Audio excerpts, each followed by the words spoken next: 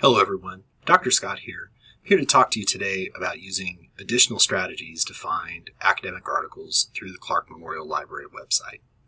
Last week we talked about how to use Google Scholar, and today's videos will help you learn how to use the library's Discovery Service and the A to Z list of research databases to find academic articles.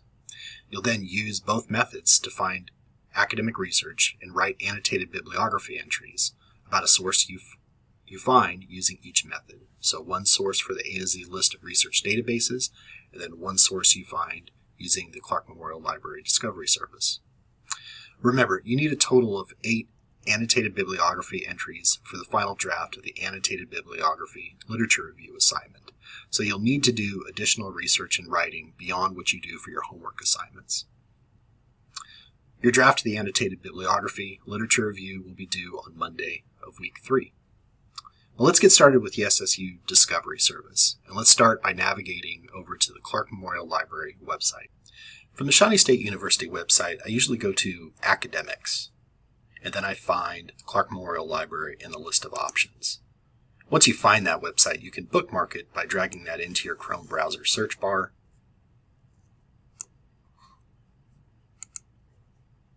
It comes up under Clark Memorial Library. Pro tip, if you want to change that, you make it a little bit shorter. Right-click it, go to Edit, Library. Then it's going to be a bit shorter. That might be a good idea for something to do, especially when you're in this class, because you'd be using the library's resources quite a bit.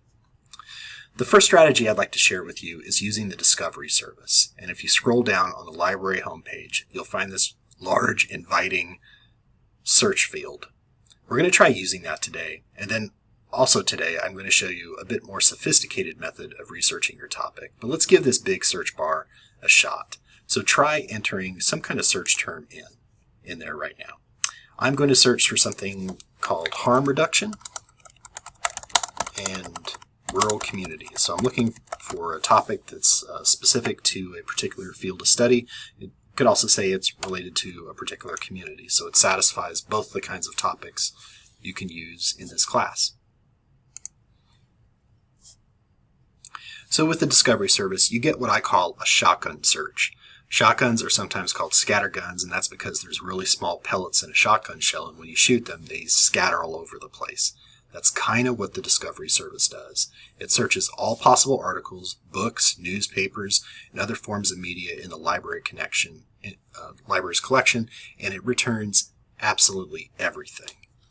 So you can see here we have 157,000 articles, and that might sound great, but I don't have time to read 157,000 articles.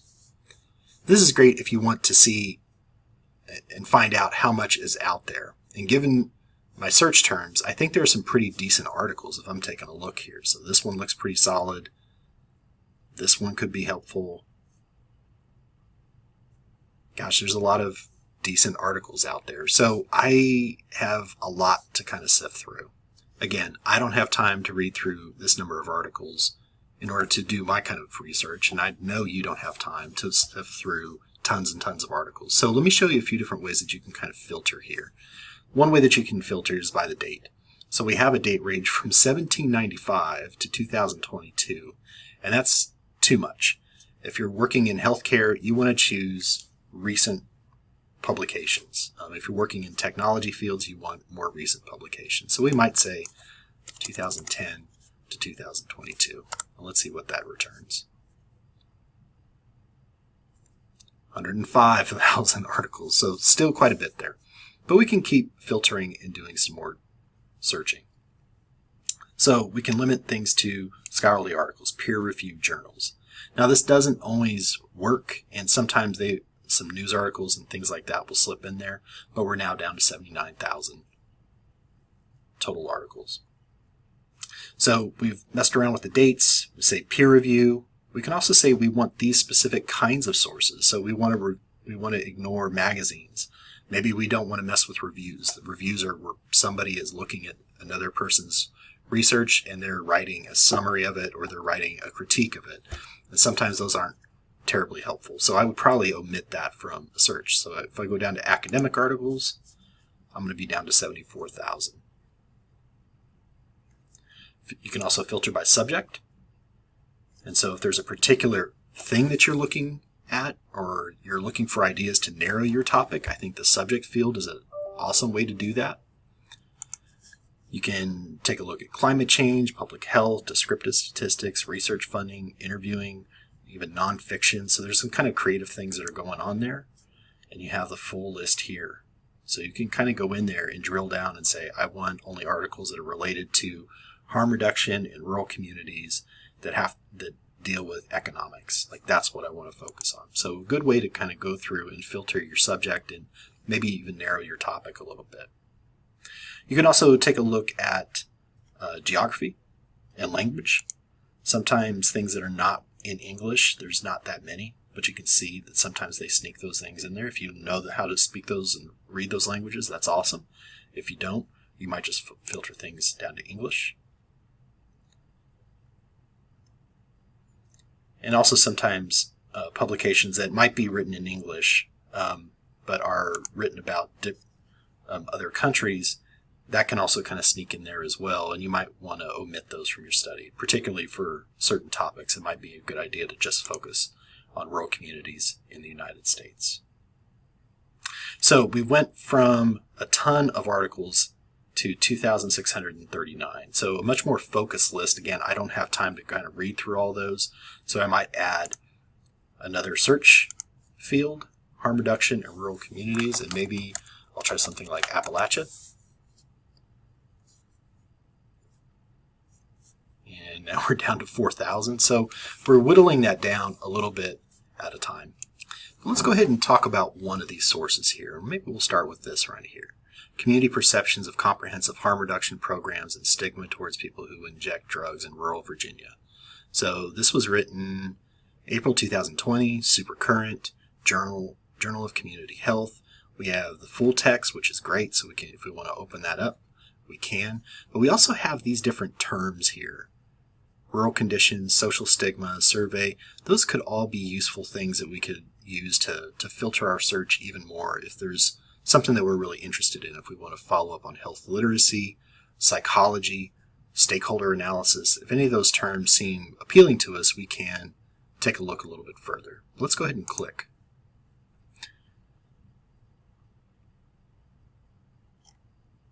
So these terms here, these subject terms that you see with hyperlinks, if you click on them, they will take you to all other articles that are indexed under that term. So we have harm conductions, rural conditions. These are all things that were in the search terms that I had. So psychology of drug abusers, rural conditions, we click on that. Then we have everything that was under that search term, rural conditions. So by opening up one of the articles, you can see how the articles are connected to others. So if we find articles that we like and that we want to save them, so maybe we just kind of download a bunch of PDFs into a flash drive, or we kind of email them to ourselves, or however you go about saving them. You save them in the cloud or something like that. That's great. I think it's helpful to rename some of the files. So when you open them up and you download them, make sure that you save the file so you know what you're looking at. I also use this feature in the library's website where you can save items into a folder. So let's say I like these. I kind of keep going down and I want to take a look at them. I read maybe open up the links and I look at the abstract. That's the short description that starts the article. So I kind of click things that I want to save. Save that one too. And then what the library does is they kind of keep all those in this folder up here. And here's all those things that I just clicked. So that's kind of a helpful thing. So that's a lot of information, and it might be a ton. Like we've already found there's like 4,000 articles. That's probably a lot. But what I'd like you to do is to use one article you found from the Discovery Service. So I have my search terms here. You should have your own search terms in your browser. But I want you to use this method to find one article that you can write an annotated bibliography entry about. I think that you probably have too much information. That's the thing about the Discovery Service. It really kind of, again, shotgun approach. Again, you'll need to write 8 in total for the annotated bibliography and literature review. So you might keep track of the articles that you find here if you found any of them to be promising. So that's it for this video. The next video is going to show you how to use a more refined approach. Discovery Service, again, it just kind of shoots a search terms out there and grabs everything back that matches those terms. It can be a little overwhelming. A more sophisticated way to find research is to use the A to Z list of research databases, which you're kind of picking how the library is going to go out and search for that information. So that's what's coming up next. Stay tuned.